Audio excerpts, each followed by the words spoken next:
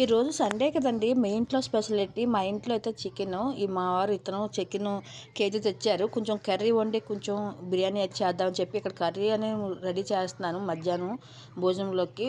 ఆంధ్రాలోని తెలంగాణలో కూడా బర్డ్‌లు అని చెప్పేసి చికెన్ ఎక్కువగా తినొద్దని చెప్తున్నారు కదండీ. ఇక మాకు వెస్ట్ బెంగాల్‌లో అలాంటివి ఏం లేదు. తెచ్చుకొని అంటే ఎక్కువ తినట్లేదు. ఉన్నంత ఎక్కువ తగ్గించాం మేము కూడా. అప్పుడప్పుడు ఇలా తింటూ ఉన్నాం. ఇప్పుడు నా వీడియో చూస్తున్న వారు మీరు ఎంతమంది చికెన్ లవర్స్ ఉన్నారో లైక్ అయితే వేయండి.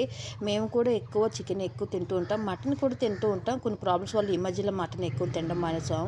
అయితే సండే ఇంకా వెడ్నెస్డే కంపల్సరీ నాన్ వెజ్ లేనిదే ముద్ద దిగదండి. ఏటో ఇంక అలవాటు అయిపోయింది. నాన్ వెజ్ ఇంకా ఆ రోజుల్లో ఏం పూజలవి వచ్చి నాన్ వెజ్ తినకపోతే ఏదో అంతే అదొక ఫీలింగ్ వచ్చేస్తుంది తెలియని రోజు. మీరేమంటారు? మీ మీ అభిప్రాయాన్ని కూడా కామెంట్లో తెలియజేయండి. నేను ఇక్కడ వంట అయితే రెడీ చేశాను. ఓ పక్క పిల్లలకి గుడ్లు కూడా బాయిల్ చేశాను. ఇంకా బిర్యానీ చేశాను. చికెన్ కర్రీ కూడా చేశాను.